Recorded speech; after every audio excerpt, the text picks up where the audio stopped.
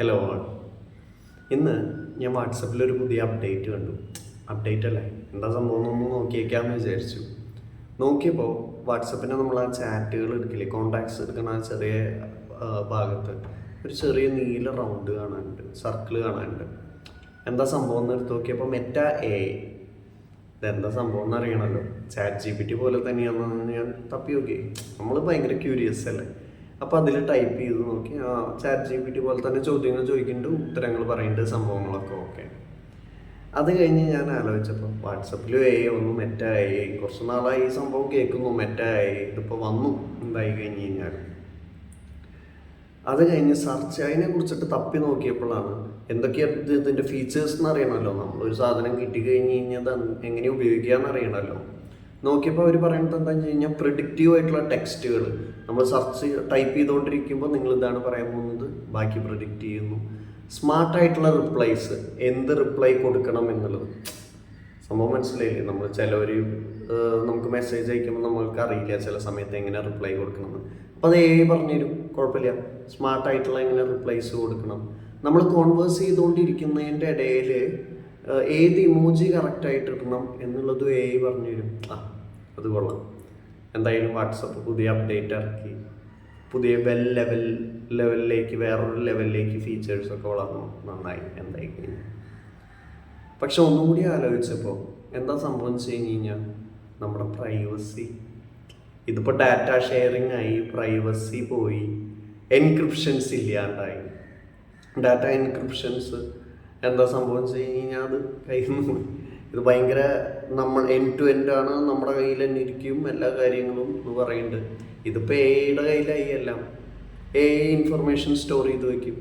Latest feature അനുസരിച്ച് നമ്മൾ കുറച്ച് നാൾ ടൈപ്പ് ചെയ്ത് കഴിഞ്ഞ് കഴിഞ്ഞാൽ എക്ക് അറിയാം നമ്മുടെ ടൈപ്പിംഗ് സ്റ്റൈൽ, കോൺവെർസേഷൻ സ്റ്റൈൽ എന്താണെന്നുള്ളത് കണ്ടുപിടിക്കും.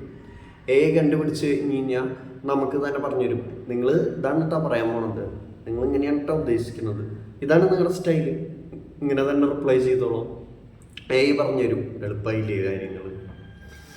അപ്പോൾ ചുരുക്കം പറഞ്ഞു കഴിഞ്ഞാൽ നമ്മൾ എന്ത് പറയാൻ പോകുന്നു, എന്ത് പറയുന്നു, എന്ത് റിപ്ലൈസ് കൊടുക്കുന്നു ഉള്ളതെല്ലാം വെർച്വൽ അസിസ്റ്റൻറ്റ് പോലെ തന്നെ എല്ലാ കാര്യങ്ങളും തീരുമാനിച്ചോളും. മെറ്റ കൊണ്ടുവന്നതുകൊണ്ട്. അപ്പോൾ വാട്സപ്പിലുള്ള ഡാറ്റ ഷെയറിങ്ങിന് ഇപ്പോൾ എന്താ ഉണ്ടാവുമെന്ന് ദൈവത്തിനറിയാം. നമ്മുടെ ഡാറ്റാസൊക്കെ പോകും. നമ്മൾ വാട്സപ്പിന് ലോക്ക് ഇട്ട് വെച്ച്, ഫോണിന് വേറൊരു ലോക്ക് ഇട്ട് വെച്ച് ഇത് ഓഫ് ചെയ്തിട്ടാണ് പോക്കറ്റിൽ കൊണ്ട് നടക്കുന്നത്. പക്ഷേ നമ്മൾ ടൈപ്പ് ചെയ്യുന്ന ഓരോ മെസ്സേജസും ഇനിയിപ്പോൾ പ്രൈവറ്റ് അല്ല, അതിപ്പോൾ അറിയാം, ത്രൂ എല്ലാവർക്കും അറിയാം എന്നുള്ള ലെവലായി. ഇതിപ്പോൾ ആർക്കെങ്കിലും ഹാക്ക് ചെയ്യാൻ എന്താ സംഭവം എന്നുള്ളത് എനിക്ക് പോലും അറിയില്ല. എന്തായി കഴിഞ്ഞ് കഴിഞ്ഞാലും സേഫ് അല്ലാത്ത ലെവലായി എന്നൊരു തോട്ടായി.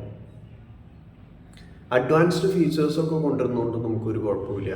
പക്ഷെ അതിനോടൊപ്പം പ്രൈവസി എന്ന് പറയുന്ന ഒരു സംഭവം എടുത്തു കളയുമ്പോഴാണ് പ്രശ്നം. ഇതിപ്പോൾ ഹ്യൂമനെ വെല്ലുന്നൊരു വിർച്വൽ അസിസ്റ്റൻസ് വന്നു, അവർ നമ്മുടെ കോൺവെർസേഷൻ സ്റ്റൈൽസ് അടിച്ചു മാറ്റുകയാണ്, അല്ലെങ്കിൽ ഇതാണ് നിങ്ങളുടെ കോൺവെർസേഷൻ സ്റ്റൈൽ എന്ന് പറഞ്ഞിട്ട് അവർ നമുക്ക് പറഞ്ഞു തരികയാണ് എന്തടുത്തത് റിപ്ലൈ കൊടുക്കണം എന്നുള്ളത്. അപ്പോൾ അവിടേക്ക് അഡ്വാൻസ്മെൻറ്റ്സ് വരുമ്പോൾ സ്വന്തമായിട്ടൊരു സ്റ്റൈല് പോവും, അല്ലെങ്കിൽ പ്രൈവസി എന്ന് പറയുന്ന ഒരു സംഭവം പോവും, ഡാറ്റ ഷെയറിങ് ആവും, ചിലപ്പോൾ പ്രൈവസി ഇല്ലാത്തൊരവസ്ഥയിലേക്കാവും. സോ ഇതിനെക്കുറിച്ചിട്ട് കൂടുതൽ ടെക്നോളജിക്കൽ സംഭവങ്ങളൊന്നും എനിക്കറിയില്ല. ഒരു സാധാരണക്കാരന് വാട്സപ്പ് യൂസർ എന്നുള്ള ലെവലിലാണ് ഞാനിത് പറയുന്നത്. ഇതിനെക്കുറിച്ചുള്ള കൂടുതൽ ഇൻഫർമേഷൻസ് എനിക്കറിയാൻ താല്പര്യമുണ്ട്.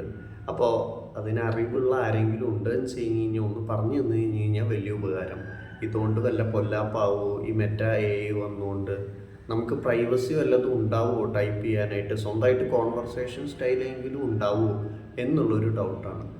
അറിയാവുന്നവരാരെങ്കിലും ഉണ്ടെങ്കിൽ ഒന്ന് പറഞ്ഞുതരാം. Thank you.